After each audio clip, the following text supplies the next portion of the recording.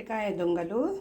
అరటికాయ ఉంటుందిగా నరికేసాక దూలం, అరటి దూలం మొదలు ఉంటుందిగా, ఆ మొదలు తెచ్చి పీసి చుట్టూ అవన్నీ తీసేసి పొరల పొరలు లోపల తెల్లగుండేది సన్నగా ముక్కలు కోసి పసుపు ఉప్పు వేసి నీళ్ళలో ఉంచి నల్లగా కాకుండా ఉండటం కోసం ఒక కప్పు దోసకాయ ముక్కలు, ఒక కప్పు, ఒక 4-5 పచ్చిమిరపకాయలు, 3 ఎండుమిరపకాయలు, మినప్పప్పు, శనగపప్పు, ఆవాలు, జీలకర్ర, ధనియాలు, మెంతులు ఇవన్నీ కావాలన్నమాట చట్నీ కోసం. పచ్చిమిరపకాయలు 4-5 పచ్చిమిరపకాయలు,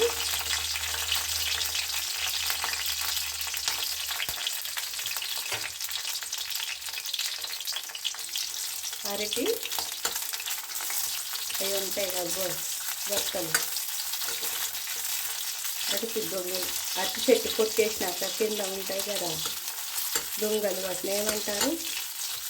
అరటి బొక్కలు అంటాం కదా మొదుళ్ళు, వాటిని తీసి లోపల పైన బెరడు మొత్తం తీసి లోపల తెల్లగా కనపడేవి ముక్కలు ముక్కలు కట్ చేసి అరటికాయ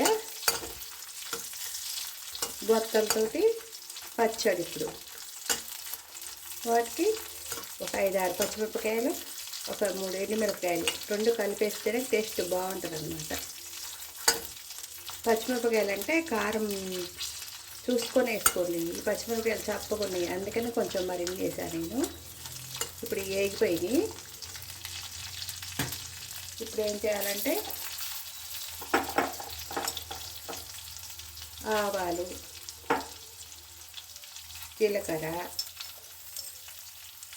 పచ్చెనగపప్పు, మినప్పప్పు ఇవి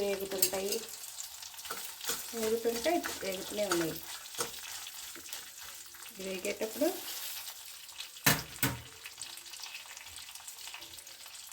కరివేపాకు వేద్దాం.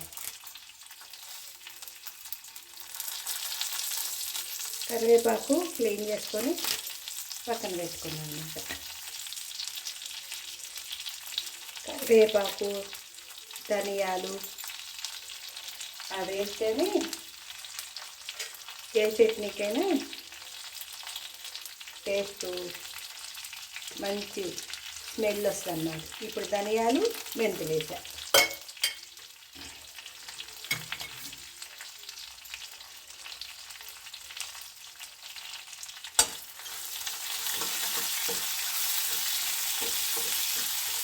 ఇప్పుడు ఏం మగ్గుతున్నాయి, కొద్దిసేపు మూత పెట్టుకుందాం. ఇప్పుడు వేగినాయి కదా, వీటితో పాటు ఈ కప్పు వేస్తున్నాను అన్నమాట. ఈ నల్లగా కాకుండా కోసం వాటర్లో ఉప్పు పసుపు వేసి పెట్టుకోవాలి తాలింపు వేసే వరకు కూడా, లేకపోతే నల్లగా అయిపోతాయి. వేసాక కొద్దిసేపు వేగనిద్దాం. కొంచెం ఉప్పు వేసుకుందాం, కొంచెం పసుపు వేసుకుందాం. వేసుకోకపోతే నల్లగా అవుతాయి కదా ముక్కలు. ఇందాక కొంచెం వాటర్లో వేసా కదా, కొంచెం వేద్దాం. మళ్ళీ ఉప్పు ఎక్కువైతే ఇబ్బంది అవుద్ది కదా, అందుకని కొంచెం పసుపు వేద్దాం. ఉప్పు లాస్ట్ ఫైనల్లో చూసుకొని వేసుకుందాం నూరుకునేటప్పుడు, లేకపోతే ముక్కలు వేసిన ఉప్పు అంతా ఇటుకు పెట్టి ఉప్పు కసం అయితే ఇబ్బంది అవుద్ది కదా. చూసుకొని వేసుకోండి ఎప్పుడైనా. కారమైనా పచ్చిమిరపకాయలు కారం, ఎండుమిరపకాయలు, పచ్చిమిరపకాయలు కొన్ని ఘాటు ఉంటాయి, కొన్ని చప్పగా ఉంటాయి. అందుకని వాటిని బట్టి వేసుకుంటే బాగుంటుంది. కొంతమంది కారం ఎక్కువ కూడా తింటారు, వాళ్ళు కొంచెం చట్నీ అంటే కొంచెం కారం ఉంటేనే బాగుంటుంది. నేను చింతపండు లేకుండా దోసకాయ ముక్కలు వేస్తాను. కొద్దిసేపు మగ్గనిద్దాం. ఇప్పుడు ముక్క మెత్తబడ్డది అనమాట. చూడండి, ముక్క మెత్తబడ్డది.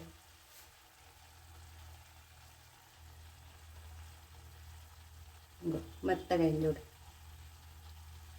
ఇప్పుడు దోసకాయ ముక్కలు వేసుకుందాం.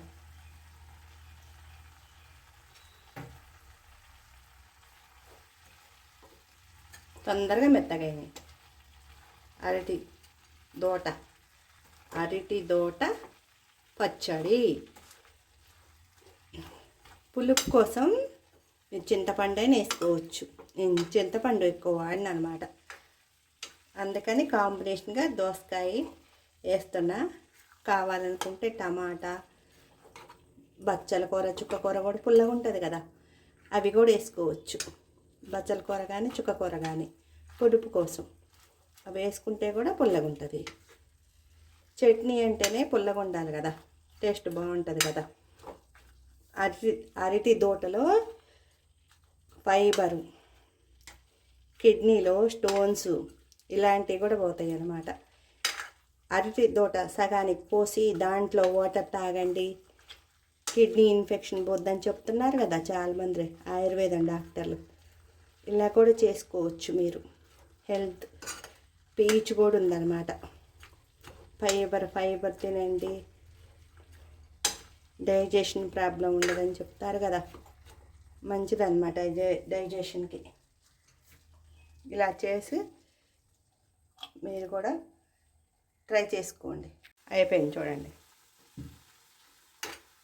మెత్తబడ్డది దోసకాయ ముక్క కూడా. ఇంకా చల్లారాక పచ్చడి నూరుకోవడమే. భలే ఉంటే స్మెల్ బాగా వస్తుందండి, చాలా బాగుంది. ఇప్పుడు కొంచెం సాల్ట్ వేసుకుందాం. కొంచెం దాకా వేస్తే ముక్కలు పడుతుంది అన్నమాట, సరిపోతుంది. చూసుకొని వేసుకోవాలి ఎప్పుడైనా సాల్ట్.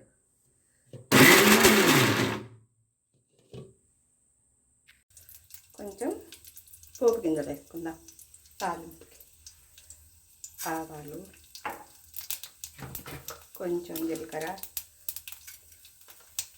గుమగుమలు ఆడిపోతుంది అన్నమాట తాలింపు.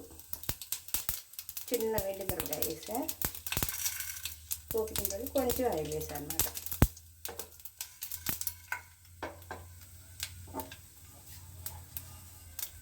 వెల్లుల్లిపాయ వేసా,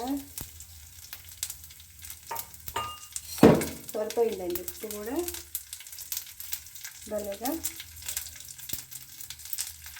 ఏ మాటకు ఆ మాట చెప్పుకోవాలి. మన వంటల్లో ఉల్లిపాయ ఇంకో పడితేనే గుండె ఆడిపోతుంది. ఎంత బాగుందో. మన చింతకాయ చట్నీ ఉంటుంది కదా, అట్లుందన్నమాట. చింతకాయ చట్నీకి కూడా లైట్గా పీసులు ఉంటాయి కదా, అలా ఉంది. బాగుందండి. కొంచెం పులుపు తక్కువ అనిపిస్తుంది, నిమ్మకాయ రసం వేసుకోండి కొంచెం. చింతపండు అవసరం లేదా, లైట్గా కావాలనుకుంటే మీరు చింతపండు కూడా వేసుకోండి. నేనైతే చింతపండు వేసుకోలేదు, లైట్గా నిమ్మకాయ రసం వేసుకున్నాను.